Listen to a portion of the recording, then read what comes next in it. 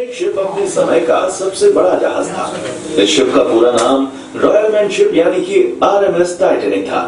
इस शिप को इस तरह से डिजाइन किया गया था कि इसमें 2224 लोग यात्रा कर सकते थे। इस शिप को बनाने का जिम्मा व्हाइट स्टार लाइन कंपनी को दिया गया था, जो कि एक ब्रिटिश शिपिंग कंपनी थी, और इसे लगभग 3000 वर्कर्स की टीम ने मिलकर तैयार किया था।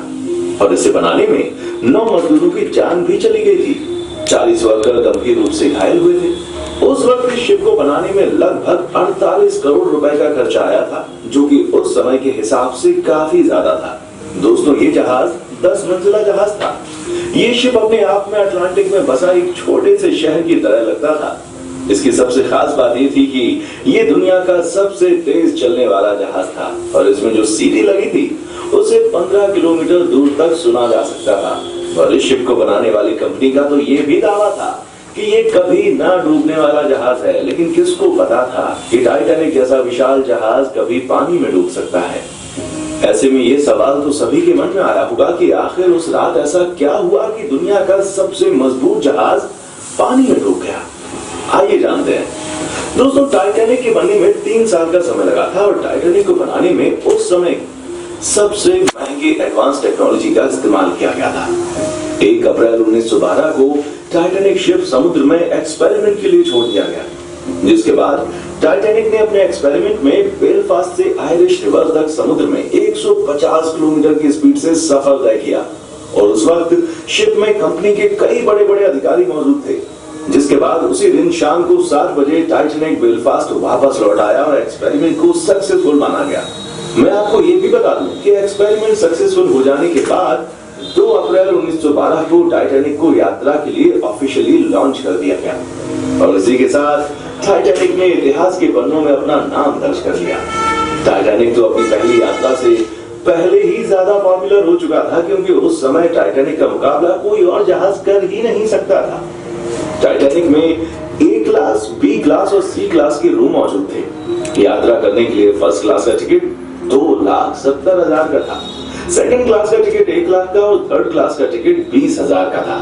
इसके अलावा टाइटैनिक में यात्रियों की हर सुविधाओं का सारा ख्याल रखा गया था। जी हाँ, इसके अंदर एक सुंदर swimming pool, yoga room, expensive cafe with veg and non veg खाना, एंटरटेनमेंट के लिए गेम्स भी मौजूद थे।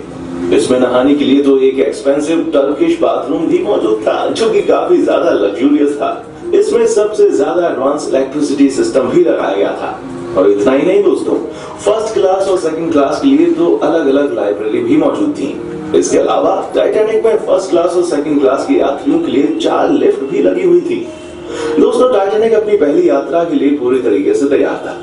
इसकी पहली यात्रा इंग्लैंड के साउथहैम्पटन से लेकर अमेरिका की न्यूयॉर्क सिटी तक तय की जानी थी, और इसके कैप्टन एडवर्ड जॉन स्मिथ थे। वो दिन था 10 अप्रैल 1912 का, और समय था रात के 12 बजे का, जब टाइटैनिक अपने 2200 यात्रियों को लेकर रवाना हुआ। इस जहाज में कई अमीर लोग मौजूद थे, और उस समय का सबसे अमीर व्यक्ति जैकब एस्टर भी इस शिप में मौजूद था। दोस्तों, इस शिप में कई लोग तो ऐसे थे जो सिर्फ अपने शौक के लिए इस ट्रिप को कर रहे थे, और शायद उनको ये नहीं मालूम था कि जिस जहाज में वो सवार हुए हैं वो कभी अपनी मंजिल तक पहुंच ही नहीं पाएगा। अब टाइटैनिक साउथहैम्पटन से काफी आगे निकल चुका था।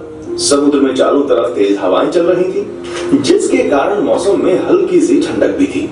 इसी समय टाइटैनिक के फर्स्ट ऑफिसर ने टाइटैनिक की स्पीड को बढ़ाने का आदेश दे दिया, ताकि टाइटैनिक टाइम से पहले अमेरिका पहुंचकर यात्रियों और मीडिया को हैरान कर दे। टाइटैनिक शाम की रोशनी में आगे बढ़ रहा था।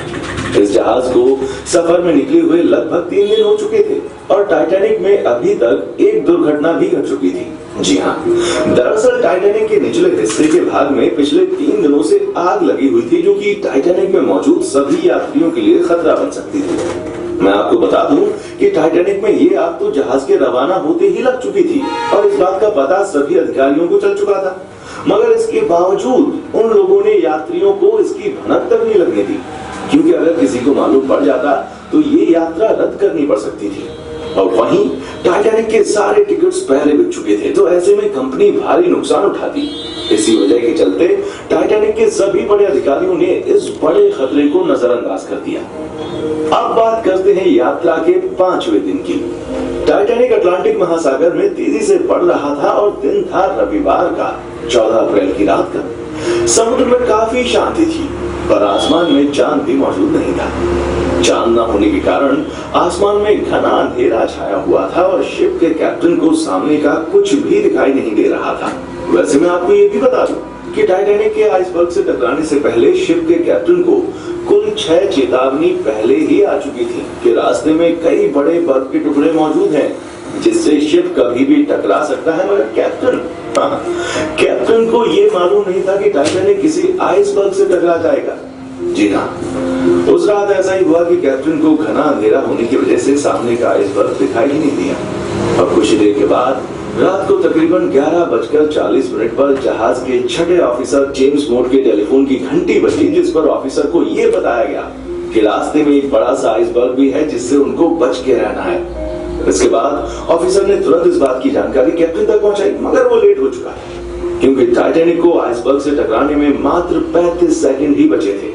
आपको बता दें कि जानकारी मिलते ही टाइटैनिक की पूरी टीम एक्शन में आ गई थी और उसके बाद सीनियर ऑफिसर ने जहाज को बाईं तरफ मोड़ने और इंजन को बंद करने का आदेश दे दिया। साथ ही जहाज के ऑपरेटर को जहाज को पीछे लेने का भी ऑर्डर दिया था, मगर जहाज की रफ्तार इतनी तेज थी कि उसे पीछे की तरफ लेना और उसको मोड़ना नामुमकिन था। और फिर कुछ ही सेकंड्स में टाइटैनिक आइसबर्ग से टकरा गया। आपको बता दें कि टक्कर के दौरान शिप का वो हिस्सा आइसबर्ग से टकराया था जिसमें पहले से ही आग लग चुकी थी और आग लगने की वजह से सारा मेटल कमजोर हो चुका था, जिसका नतीजा ये निकला कि टाइटैनिक के निचले हिस्से में छेद होना शुरू हो गया और शिप के नीचे के कमरों में धीरे धीरे करके पानी भरना शुरू हो गया था। उस समय टाइटैनिक में मौजूद सभी यात्री लगभग सो रहे थे, मगर इस दुर्घटना के बाद ऑफिसर्स ने सभी सोए हुए यात्रियों को जगाया और उन्हें लाइफ बोट पर जाने के लिए कहा। दोस्तों, वैसे तो हर जहाज में यात्रियों की सुरक्षा के लिए 40 लाइफ बोट का होना जरूरी होता है, मगर हैरानी की बात यह थी कि टाइटैनिक में सिर्फ 20 ही लाइफ बोट मौजूद थे, क्योंकि टाइटैनिक को कभी ना डूबने वाला जहाज माना गया था। दोस्तों, ऐसी अनकंट्रोल सिचुएशन को देखते हुए टाइटैनिक कई सारे रॉकेट्स को आसमान में छोड़ रहा था ताकि इस मैसेज को देखकर कोई दूसरा जहाज हेल्प के लिए आ जाए, लेकिन कोई भी दूसरा जहाज हेल्प के लिए वहां तक नहीं पहुंच पाया और देखते ही देखते टाइटैनिक शिप अटलांटिक ओशन में डूब गया, जिसमें 1500 लोगों ने अपनी जान गंवा दी थी। तो दोस्तों, आपको हमारा डूबने से जो पानी में नीचे डूब गया, अब हम इसमें आपको ये जानकारी देना चाहते हैं कि टाइटैनिक अमेरिका और इंग्लैंड द्वारा बनाया गया सबसे महंगा और महत्वपूर्ण जहाज था। उस समय संसार में सबसे पहला जहाज टाइटैनिक ही बना था। तो फिर टाइटैनिक क्यों डूबा? टाइटैनिक के डूबने का कारण उसकी जो गति थी, उसके कई कारण हैं। जब हम किसी नए वाहन को खरीदते हैं या नया वाहन एक बनाते हैं, तो हमारी प्रकृति की जो मॉनिटरिंग पावर है, हमारी जो प्रकृति की गति है, वायुमंडल की गति है, उसका उस पर सीधा प्रभाव पड़ता है। टाइटैनिक की रफ्तार आरंभ से इतनी तेज कर दी गई थी, आरंभ से ही, क्योंकि उसको आगे जो बर्फ का टीला था उससे बचने का समय नहीं मिला। ऐसा नहीं था कि टाइटैनिक जो है ड्राइवर की गलती से डूबा है। हमारी जो प्रकृति है, हमारा जो अंतरिक्ष की मॉनिटरिंग पावर होती है, ये इस तरह की गतिविधियां तैयार करती हैं। अभी वीडियो में जो बताया कि टाइटैनिक रात को डूबा है, टाइटैनिक रात को डूबा है, दिन में नहीं डूबा। और उत्तराखंड में केदारनाथ में जो आपदा आई थी, रात को आई थी। टाइटैनिक भी रात को डूबा है। उत्तराखंड में केदारनाथ में जो आपदा आई थी, रात को आई थी। उत्तराखंड में हजारों जगह बादल फटे हैं। मैं आपको बताता हूं कि सबसे ज्यादा बादल जो फटते हैं रात को फटते हैं। अधिकतर दुर्घटनाएं रात को होती हैं। प्रकृति ऐसा क्यों करती है? हमने बताया है कि हमारी जो प्रकृति है उसका रूप काल है, वह काल रूप है। हमारी प्रकृति अपने कार्य को मानव से छिपाकर अधिकतर रात के समय करती है। दिन के समय यह घटना बहुत कम होती है। रात्रि के समय इसी प्रकार की घटनाएं होती हैं। ज्यादातर जितने भी विमान क्रैश होते हैं, टूटते हैं, या कोई जहाज पानी का डूबता है, कुछ भी आप ज्यादातर घटनाएं जो रात्रि के समय होती हैं। यानी हम प्रकृति पर परीक्षण कर रहे हैं। तो क्या प्रकृति के हिसाब से ही टाइटैनिक को डुबाया गया? जी हाँ, हमने ये 22 वर्षों में रिसर्च किया है कि प्रकृति जो टाइटैनिक जहाज था उसको डुबाने में प्रकृति की मॉनिटरिंग पावर यानी अंतरिक्ष की मॉनिटरिंग पावर का सीधा हाथ था। और इसी के साथ साथ मैं आपको बता रहा हूँ, जो हमारे आज बहुत ज्यादा विमान हादसे हो रहे हैं, विमान गिर रहे हैं, टूट रहे हैं, चट्टानों से टकरा रहे हैं। ऐसा क्यों होता है? जो एक्सीडेंट दुर्घटनाएं हो रही हैं, मैं आपको दिखाऊंगा आने वाली वीडियो में कि प्रकृति के जो हमारी मॉनिटरिंग पावर है वो आपकी आंखों के सामने, मोटरसाइकिल के सामने, जो गाड़ी चलाता है ड्राइवर उसकी आंखों के सामने, और इस तरह एक प्रकाशमय गति का जो एक छल्ला होता है, छल्ला नुमा प्रकाश, उसके मस्तिष्क पर आकर बैठ जाता है। क्योंकि मनुष्य देवता नहीं है और न भगवान है, इसलिए प्रकृति से, आसमान से आने वाली जो इस तरह की विकिरणें होती हैं, वो विकिरणें मनुष्य के मस्तिष्क में सीधे उतर जाती हैं और उसको मोटरसाइकिल के सामने कुछ का कुछ दिखाई देता है। कभी आदमी दिखाई देता है अचानक, कभी रोशनी दिखाई देती है, और कभी उसका दिमाग इधर उधर हो जाता है। इतनी ही देर में वह दूसरे से टकरा जाता है। यदि मनुष्य का मस्तिष्क संतुलन में चलता रहे तो हादसा नहीं होगा, एक्सीडेंट नहीं होगा। हमारी प्रकृति की ओर से रात के समय भी और दिन के समय भी कुछ ऐसी विकिरणें, प्रकाशनुमा विकिरणें, हाई ग्रेड विकिरणें जो लगभग 33,000 वोल्टेज से लेकर 1,00,000 हाई वोल्टेज तक की विकिरणें होती हैं, वो मनुष्य के शरीर में ऊपर से सीधी उतारी जाती हैं, और सीधी उतरने से मनुष्य के शरीर में उत्तेजना, अकड़न और दिमाग को प्रभावित करना, उसके सामने अचानक वाहन चलाते समय कुछ का कुछ दिखाई देता है, उसका दिमाग जो है वो डिसबैलेंस हो जाता है, संतुलन जो हाथ है वो हाथ जो है स्टीयरिंग पर संतुलन बिगड़ जाता है, और उसको क्या लगता है कि जल्दी कर। तो इस तरह की क्यों? क्योंकि प्रकृति काल है, काल, और वो इस तरह की भावनाएं आपके मस्तिष्क में पैदा कर देगी कि जल्दी चल, और फिर वहां चलना है, उसको पकड़ना है, वो छूट जाएगा। इस तरह की जैसी गतिविधि ऊपर से आपके मस्तिष्क में आएगी, आप गाड़ी को तेज कर देंगे और उसका परिणाम आपका एक्सीडेंट हो जाएगा। अभी आने वाली वीडियो है, मैं आपको दिखाऊंगा कि हमारी प्रकृति की ओर से 33,000 से 440 वोल्टेज से लेकर 33,000 हाई वोल्टेज, 1,00,000 हाई वोल्टेज तक की विकिरणें जो है मनुष्य के मस्तिष्क में सीधी उतारी जाती हैं। आपको विकिरणों का ज्ञान, अल्फा बीटा गामा जो विकिरणें हैं, वो भौतिक विज्ञान में भी उसको दर्शाया गया है।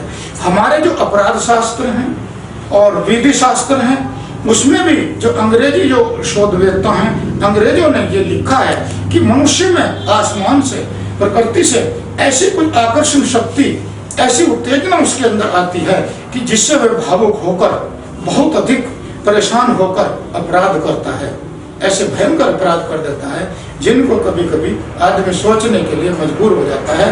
मेरी ये वीडियो आप लगातार देखते रहेंगे, और मैं आपको ये भी दिखाता हूँ कि मनुष्य में कैंसर और हार्ट अटैक आकाश से किस प्रकार की विकिरणें जो है, हाई ग्रेड विकिरणें 440 वोल्टेज से लेकर बड़ी हाई वोल्टेज तक की विकिरणें मनुष्य की नसों में, मस्तिष्क के माध्यम से उसको पहुंचाई जाती हैं, जिससे हमारे मस्तिष्क में हमारी जो हृदय गति वो प्रभावित हो जाती है, और अचानक मनुष्य का हार्ट अटैक हो जाता है। अभी हम किसी मनुष्य से बात करते हैं और घंटा भर बाद हमको सूचना मिल जाती है कि उस आदमी का हार्ट अटैक हो गया है। ऐसा कैसे हो सकता है? आदमी बीमार नहीं हुआ, उसने कोई जहर नहीं खाया, उसको कोई कमी नहीं थी, तो उसको अचानक कैसे मर गया? हमारी हृदय गति क्या है? हम ये सोचते हैं कि हमारी हृदय गति स्वयं चल रही है, नहीं, हमारा पूरा सिस्टम प्रकृति के द्वारा चलाया जा रहा है। प्रकृति से हमारा शरीर चल रहा है, प्रकृति से ही हमें भूख लगती है, और जो हमारे दिल के अंदर जो धड़कन चल रही है, ये किसी वैज्ञानिक ने मशीन नहीं लगा रखी है। यहाँ पर कोई भी वैज्ञानिक आज तक मरते हुए को जिंदा करके मुझको दिखा दे, क्यों नहीं दिखाता? जब वो इतनी बड़ी खोज कर रहा है, क्यों जिंदा क्यों नहीं करता? इसलिए नहीं करता कि हमारी जो हृदय की धड़कन है वो मॉनिटरिंग पावर के द्वारा चल रही है। जिस समय मॉनिटरिंग पावर उसको रोकना चाहती है वो रुक जाएगी, जिस समय मॉनिटरिंग पावर उसको चलाएगी वो चल देगी। ये आपके हाथ में, मनुष्य के हाथ में अभी नहीं आया है। इस सिस्टम पर हमने 22 वर्षों तक खोज लगातार की है, रिसर्च किया है हमने इस पर बड़ा गहरा, और हृदय गति जैसे ही विकिरणें अंदर घुसेंगी, मस्तिष्क में घुसेंगी, तो या तो मनुष्य कोई गलत चीज खा लेगा जब उसकी हृदय गति रुक जाएगी, और या फिर कभी कभी अपने आप ही हृदय गति रुक जाएगी, क्योंकि हमारी मॉनिटरिंग पावर बहुत जो आकाश की मॉनिटरिंग पावर होती है, हमारी नहीं, आकाश की मॉनिटरिंग पावर बहुत ताकतवर होती है। वो मनुष्य की हृदय गति को एकदम रोक देती है तुरंत। अब आप ये कहेंगे कि जी ऐसा कैसे होता है? ऐसे इसलिए होता है कि बारिश के समय बिजली जब मनुष्य के ऊपर गिरती है तो मनुष्य को, शरीर को झुलस देती है, उसको फूंक देती है, कभी कभी उसकी मृत्यु कर देती है और फिर आकाश में भाग जाती है। अगर आप मनुष्य पर बिजली गिरने के सबूत को सच मानते हैं तो फिर आपको यह भी मानना पड़ेगा कि मॉनिटरिंग पावर भी सच है और ऐसा हो रहा है। इसके अतिरिक्त मस्तिष्क पर ऐसे विकिरणों का प्रभाव पड़ने से मनुष्य के जो रक्त है, रक्त उसमें कैंसर जैसी बीमारियां भी लगातार बढ़ती जा रही हैं। और कैंसर में जो हमारी मॉनिटरिंग पावर है उसके खून को, मनुष्य के खून को इस तरह की प्रवृत्ति दे रही है कि खून जो है उसका धीरे धीरे कैंसर की ओर घूम रहा है। अभी 2-4 बच्चों पर मैंने परीक्षण किया है, मनुष्य में मृत्यु तेजी से बढ़ रही है और तुरंत जन्म लेने की घटनाएं बहुत लगातार बढ़ रही है। अभी पंजाब में सिद्धू मूसेवाला के घर पर जो वीडियो आपने देखा है वो चल रहा है। सिद्धू मूसेवाला का जो हत्या हुई थी, अभी उसका 1 साल के बाद जन्म हो चुका है क्योंकि उनके कोई संतान नहीं थी। 58 साल की उम्र में जो है वहां पर बच्चे का जन्म हुआ है। अब आप इसको देखिए कि मर्द यानी पुरुष की मृत्यु हुई थी तो पुरुष ही पैदा क्यों हुआ? पहली बात तो ये कि वो ये कहते हैं उनके माता पिता कि हमारे यहाँ उसके अलावा मूसेवाला की कोई संतान ही नहीं थी, एक ही पुत्र था उनके जिसकी हत्या कर दी गई थी। अब 1 साल बाद उनके लड़के का जन्म हुआ है, लड़के का जन्म, और जबरदस्ती जन्म हो चुका है क्योंकि वो माता पिता कहते हैं कि डॉक्टरों ने कहा है कि 50 साल के बाद महिला में जो संतान उत्पत्ति की क्षमता नहीं रहती, तो फिर 58 साल की उम्र में बच्चा कैसे पैदा हुए? अभी मैं आपको अगली वीडियो में दिखाता हूँ। छोटा मुंडा खेड़ा, तहसील लक्सर, जनपद हरिद्वार, उत्तराखंड का गाँव है। जो बूढ़े बुढ़िया उसके माता पिता जो हैं लगभग 75 वर्ष के हैं और एक इतना बड़ा बच्चा जो है वो उनके जन्म लिया हुआ है। अभी कितना साल का होगा वो, अभी इतना बड़ा बच्चा है उनके, तो किसी ने बुढ़ापे में जन्म लिया उस बच्चे ने। ठीक इसी प्रकार की मैं आपको एक तीसरी घटना भी दिखाऊंगा कि बच्चों में मरने के बाद दोबारा जन्म लेने की जो प्रकृति है बहुत तेजी से बढ़ती जा रही है। आप इस प्रकृति को पहचानिए। प्रकृति का परीक्षण मैं लगातार कर रहा हूँ 22 वर्षों से और इसकी पत्रावली सरकार के पास विचाराधीन है। मैं सरकार से जो अभी जो अधर्म की बीमारियां हैं, अधर्म, रात को आदमी जो खाना खाकर आराम से लेटता है और सवेरे को क्या होता है कि थोड़ी सी खाज मारती है हाथ पैर में या तड़वे में या, और फिर पदार्थ के एक भाग उसका, एक हाथ और एक पैर अधर्म में समाप्त कर दिए जाते हैं। ऐसा क्यों होता है? आप मुझको बता सकते हैं क्यों होता है? क्या किसी आदमी ने किया? आदमी ने नहीं किया। हमारी जो अंतरिक्ष की मॉनिटरिंग पावर होती है, जो आकाश में गतिशील है, बिजली की भांति कार्य कर रही है, जो हमारे शरीर को चला रही है। मैंने कहा है हमारा जो हृदय धड़क रहा है इसके अंदर मॉनिटरिंग पावर धड़क रही है, प्रकृति की एक ताकत धड़क रही है। नहीं तो आप किसी को जिंदा करके दिखाएंगे कि आपके पास ताकत है तो मैं आपको मान लेता हूँ। इसलिए मैं आपको ये बताना चाहता हूँ कि वही मॉनिटरिंग पावर शरीर पर जब आघात करती है, रात को करती है या दिन में करती है, तो आधे शरीर की जो गति है, एक्टिविटी, वो रुक जाती है और रुकने के बाद शरीर टेढ़ा हो जाता है, मुंह टेढ़ा हो जाता है, जीभ टेढ़ी हो जाती है, आदमी बोल नहीं पाता है, गुंगा हो जाता है, हाथ पैर कार्य करना बंद कर देते हैं। क्यों बंद कर देते हैं? आप उस हाथ को चला कर दिखाएं, मैं जान लेता हूं। जिस समय उसमें मॉनिटरिंग पावर एक्टिव हो जाएगी तो हाथ और पैर दोनों कार्य करने आरंभ कर देंगे। डॉक्टर 10-10 साल तक माथा मारकर घर बैठ गए, न उन पर हाथ ठीक होया ना पैर ठीक होया, और उन बस पैसे बना रहे उनको सब, और वो बेचारे जो अपना गलियों में फिर परेशान होते हैं। तो क्यों नहीं आपने उसको ठीक कर दिया? आज में आपकी दवाई कहाँ चली गई? आपकी दवाइयों ने उसके ठीक क्यों नहीं किया? वो ठीक तभी होगा जब उसके अंदर जो है वो पावर काम करना शुरू कर देगी, तभी उसके हाथ पैर फंक्शन करने लगेंगे और शरीर पूरा ठीक हो जाएगा। आप प्रकृति को जानना नहीं चाहते, इससे सीखना नहीं चाहते, इस पर परीक्षण नहीं करना चाहते। आपको तो केवल जो है बस चुनाव लड़ने से और नोट खींचने के अलावा कोई कार्य नहीं है। जय